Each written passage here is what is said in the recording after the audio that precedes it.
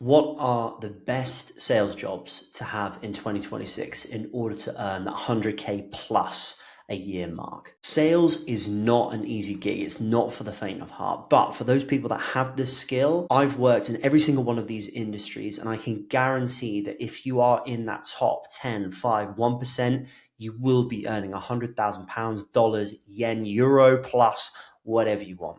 So my name is Connor. I've been in sales for 11 years. I've done $34 million worth of business, everything from cold calling out of a magazine all the way to working in the city of London for a tech firm. The first one is unsurprisingly tech sales. Now, you do have to put quite a lot of work into this up front. Most people, if you've just graduated from university, you're going to have to start out as an SDR earning 40, 50, 60,000 pounds a year.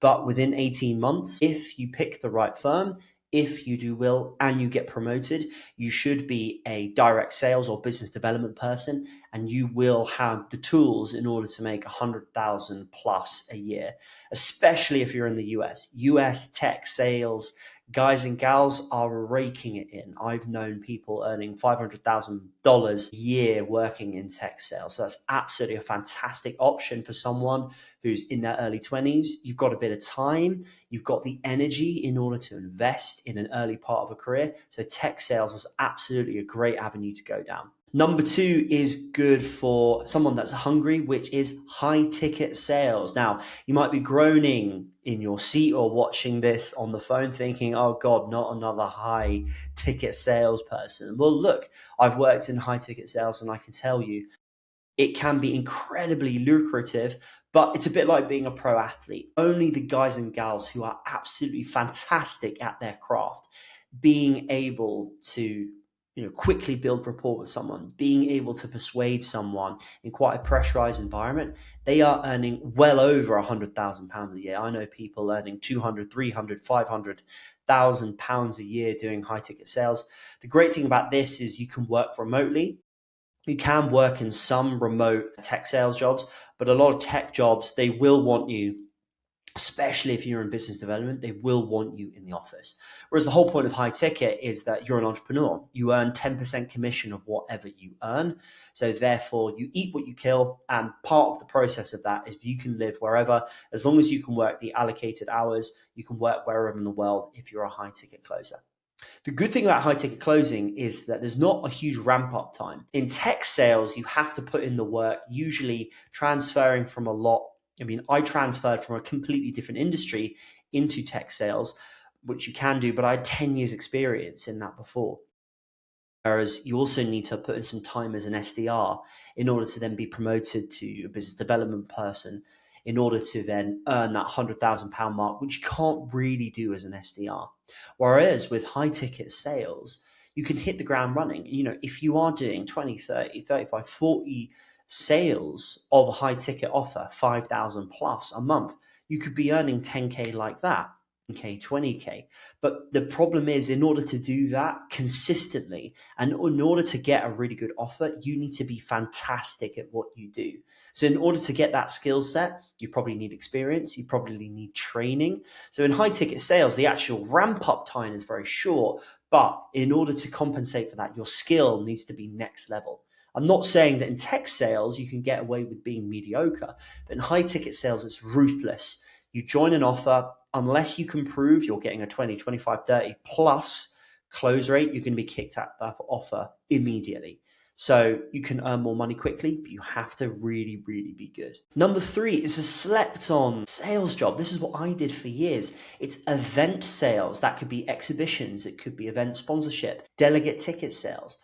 It's something that is not massively competitive because it's not like finance where people are studying 3-year degrees in order to be event salespeople. Event salespeople are often people that kind of fall into that industry. But I had an event salesperson, I'm not going to say his name, but a previous company, he earned $800,000 in 1 year just in commission. And he lived in a state in the US where they didn't pay a federal income tax. They only paid state income tax. So that's only 2 states in the US, I believe. So, he was taking home 700 minimum $1,000 from his base salary and his commission. There are guys and gals in the UK earning 100, 120, 150K plus if you find a really good event company. Now, these companies run exhibitions, they run conferences, they run one-to-one networking. I did a huge amount of, my training. I learned a huge amount in that industry before I then transferred into tech.